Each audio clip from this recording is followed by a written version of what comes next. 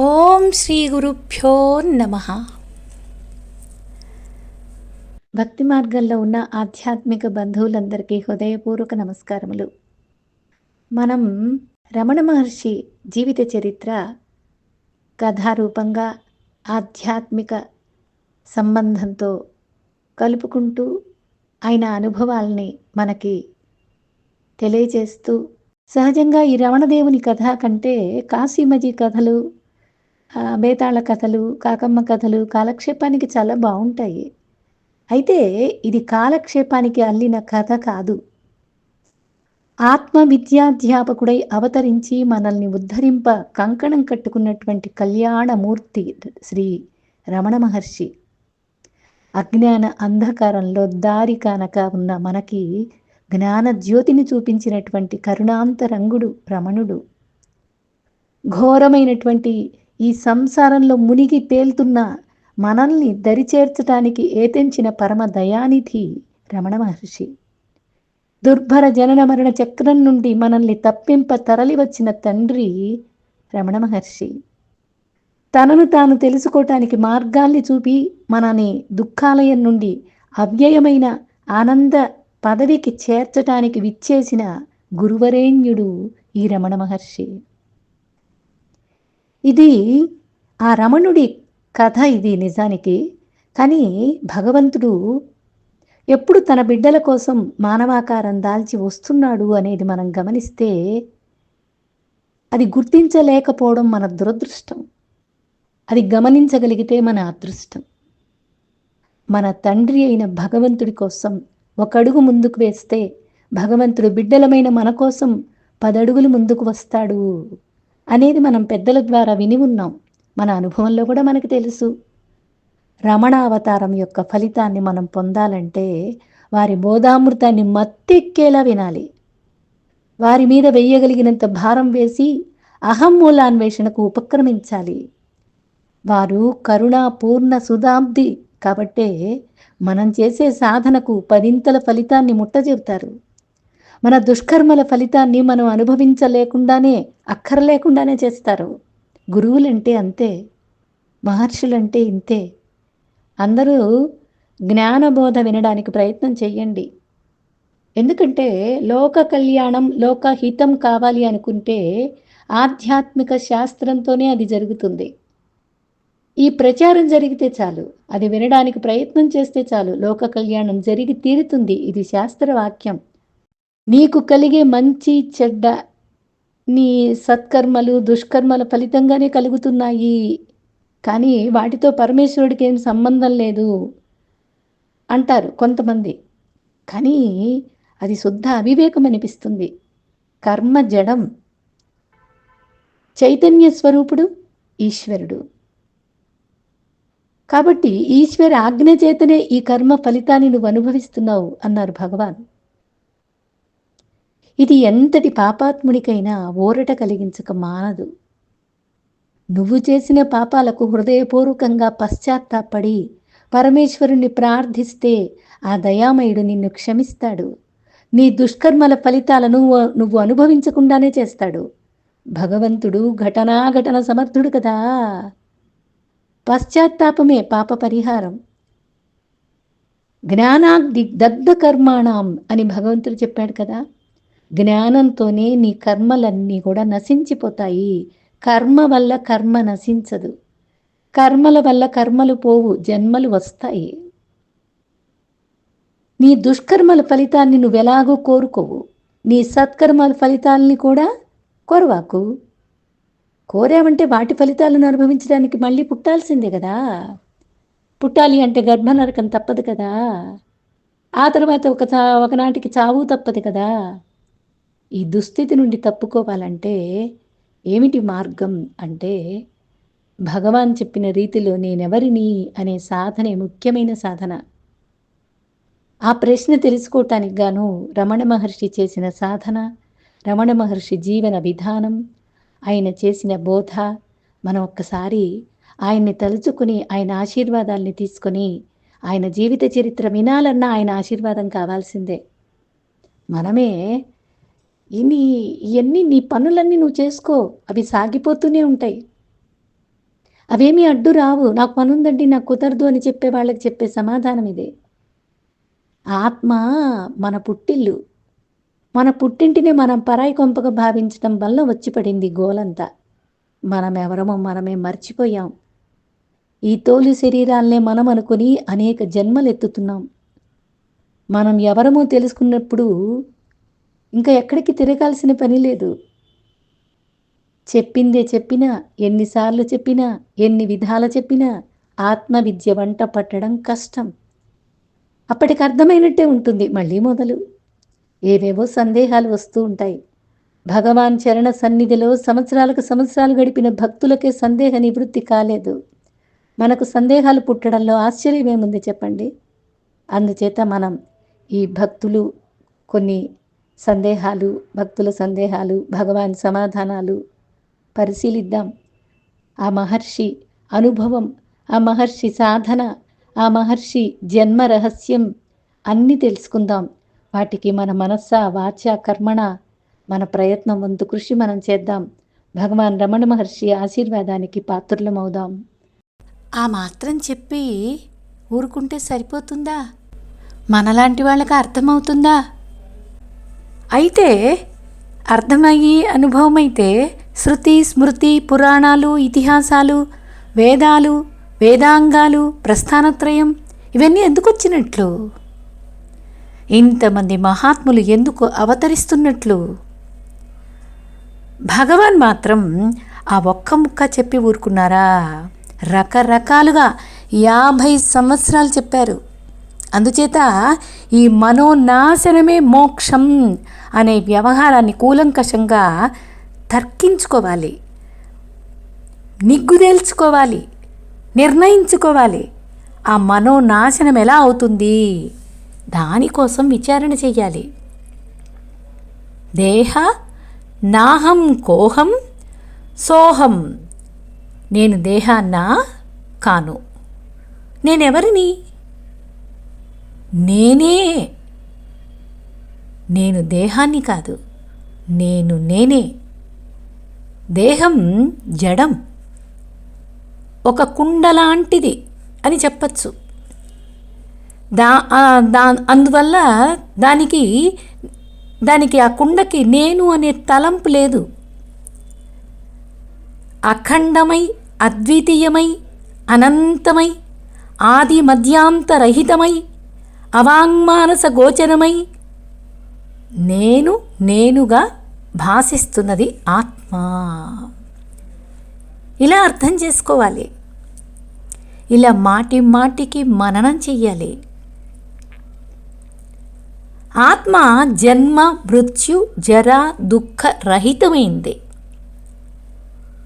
ఒక ఆకారం అంటూ లేనిది, సచ్చిదానందమయమైంది. ఇక చస్తూ పుడుతూ యాతనలు పడుతున్నా నేనెవరు మరి? అది మిథ్యా నేను. అదే మనస్సు. మనస్సుకే కదా ఏ సంక్షోభం కలిగినా.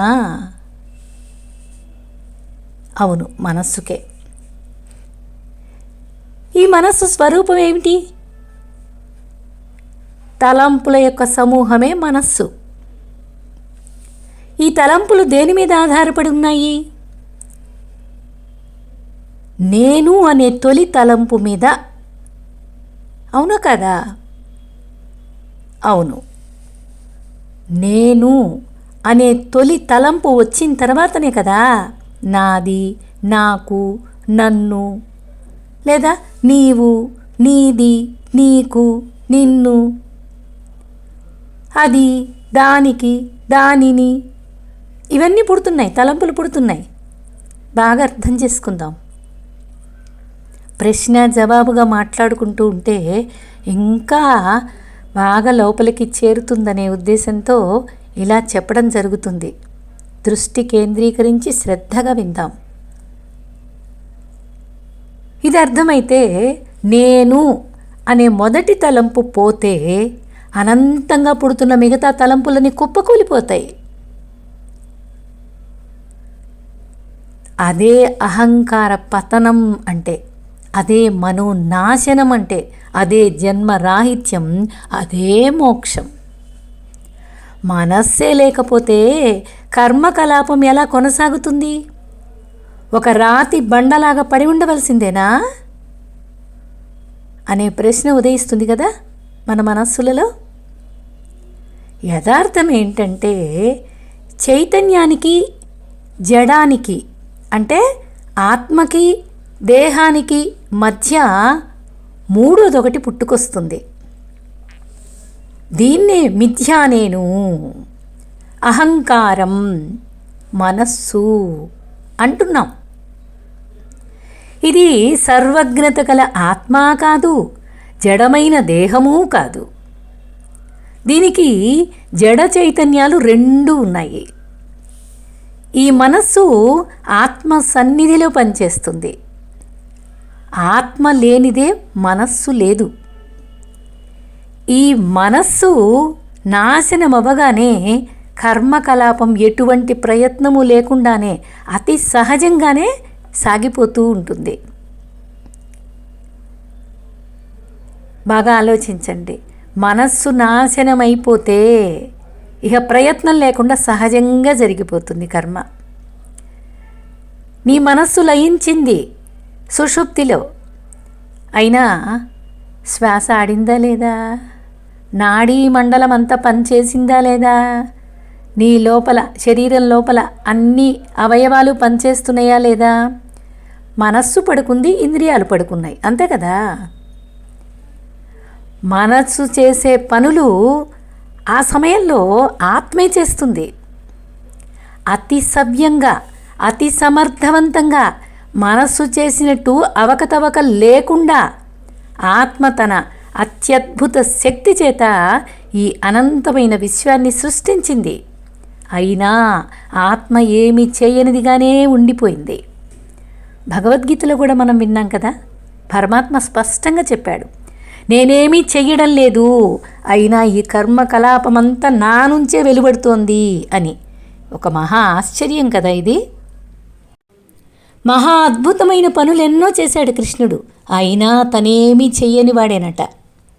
ఇప్పుడు నేను అనే తొలి తలంపు పోతే ఆ తలంపుని ఆధారంగా చేసుకొని పుడుతున్నటువంటి తలంపులన్నీ పోతాయి, అవునా కదా?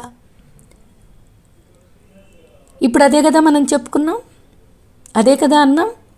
అలా కాకుండా వచ్చిన తలంపును ఒక్కొక్కదాన్ని అటకాయిస్తూ పోతే ఎన్ని జన్మలు చాలవండి. వచ్చే ఆలోచనలని ఇది కాదు, ఇది కాదు, ఇది కాదు అనుకుంటూ పోతే ఎన్ని జన్మలు చాలవు. అవి తామర తంపరంలా పుట్టుకొస్తూనే ఉంటాయి. వివేకంతోనో వైరాగ్యంతోనో కొన్ని తలంపుల్ని తోసేస్తూ ఉండాలి. తోసేస్తే వెంటనే వాటికి రెట్టింపు పుట్టుకొస్తాయి. ఈ తలంపుల ఊరేగింపు ఆగిపోవాలంటే ఈ తలంపులు ఎవరికి పుడుతున్నాయి అని ప్రశ్నించుకోవాలి. అప్పుడేం సమాధానం వస్తుంది? నాకు అని, అంతే కదా. అప్పుడు మరి నేనెవరిని అని మళ్ళీ ప్రశ్నించుకోవాలి. నేర్పుగా ప్రశ్నించుకుంటూ ఈ నేను అనే భావన ఎక్కడి నుంచి పుడుతుందో గమనిస్తూ లోపలికి మునిగి అన్వేషిస్తే ఆ మిథ్యా నేను ఏకమేవాద్వితీయమైన ఆత్మలో లీనమై ఆత్మగానే ప్రకాశిస్తుంది. ఉప్పుతో తయారు చేసిన బొమ్మ సముద్రపు లోతును కనిపెట్టాలని సముద్రంలో దిగితే కరిగిపోతుంది. తమ నామరూపాల్ని పోగొట్టుకొని సముద్రమే అయిపోతుంది. ఇది అందరికీ తెలిసిన విషయం కదా. భగవాన్ చెప్పిన ఈ అహం మూలాన్వేషణకి ఉపకరణం ఏమిటి అంటే మనస్సే. ఆ మనస్సు తను పుట్టిన చోటికి చేరి అక్కడ లీనమైపోతుంది. మనం నాశనం కానిదే మోక్షం దుర్లభం అనే విషయాన్ని బాగా జ్ఞప్తికి తెచ్చుకోవాలి.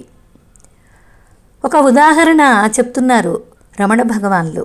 ఒక పాఠశాల తగలబడిపోతుంది. తగలబడిపోతూ ఉంటే ఈ దెబ్బతో మనకి ఈ చదువు పీడ విరగడైపోతుందిరా దేవుడా, ఇక హాయిగా ఆడుకోవచ్చు అంటూ పిల్లలందరూ పట్టలేని సంతోషంతో గంతులేస్తున్నారు.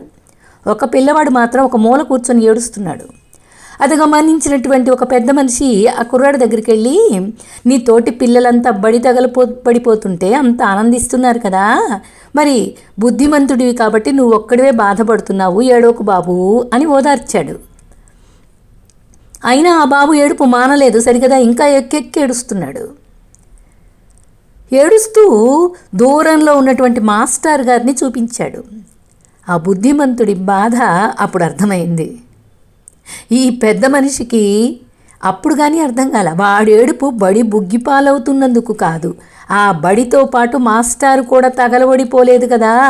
మాస్టారు ఉన్నంత వరకు మళ్ళీ ఏ పాకలోనో ఏ గదిలోనో మొదలు పెడతాడు మళ్ళీ పాఠాలు అని వాడి భయం. మాస్టరు ఉన్నన్నాళ్ళు బడి ఎలా తప్పదో, ఈ మిథ్యా నేను ఉన్నన్నాళ్ళు జంజాటాలు తాపత్రయాలు తప్పవు అని మనం బాగా అర్థం చేసుకోవచ్చు. భగవాన్ బోధ కూడా అదే. మిథ్యా నేను మిథ్యగానే మిగిలిపోవాలంటే అహమ్మూలాన్వేషణే రాజబాట. వేదాంతులు లోకం మాయా అని అంటారు. అలా అనేందుకు తామున్నారన్నమాటే కదా. అంటే వారు ఉంటే కదా ఆ మాట చెప్తున్నారు. లోకం మాయా అని ఎవరు చెప్తున్నారు? తాము లోకంలో భాగమేనని మర్చిపోతారు. ముందు నువ్వెంత వాస్తవమో తెలుసుకో, అప్పుడు లోకం వాస్తవమో మాయో తేలిపోతుంది. మొట్టమొదట నేను అనే దాని నుండి బయటపడు. నీ నుంచి నీ మనసుని తప్పించు. లోకమంతా మాయ అయితే నువ్వు మాత్రం వాస్తవం ఎలాగవుతావు? లోకంలోనూ నీలోనూ ఒకటే వాస్తవం ఉంది అంటారు. భగవాన్ బోధ ఇదే. అందుచేత ముందు ఈ మిథ్యా నేనును మాయం చెయ్యాలి. దానికి అహమ్మూలాన్వేషణను మించిన సాధనమే లేదు అని భగవాన్ బోధ. ఒకప్పుడు భక్తుడు సృష్టి విలాసానికి అద్భుతపడుతూ భగవాన్తో ఇలా అన్నాడట. ఒక భక్తుడు వచ్చి, ఆకాశము, సూర్యుడు, చంద్రుడు, అసంఖ్యాకమైన నక్షత్రాలు, ఈ భూమి, ఈ సముద్రాలు, ఈ పర్వతాలు, అబ్బా ఎంత అద్భుతంగా ఉంది సృష్టి అన్నాడు. ముందు మీలోని అద్భుతాన్ని గమనించరేమీ అని భగవాన్ అడిగారు. గాఢ నిద్రలో ఉన్నప్పుడు నేను లేదు. అప్పుడు మీరు ఆశ్చర్యపడుతున్న ఈ సృష్టి కూడా లేదు కదా. మళ్ళీ మెలకువ వచ్చి నేను రాగానే సృష్టి ప్రత్యక్షమైంది. అవునా? ఈ నేను ఎక్కడ పుడుతోంది, మళ్ళీ ఎక్కడ అణుగుతోంది? మీలోని ఈ అద్భుతానికి విస్మయం చెందరేమీ?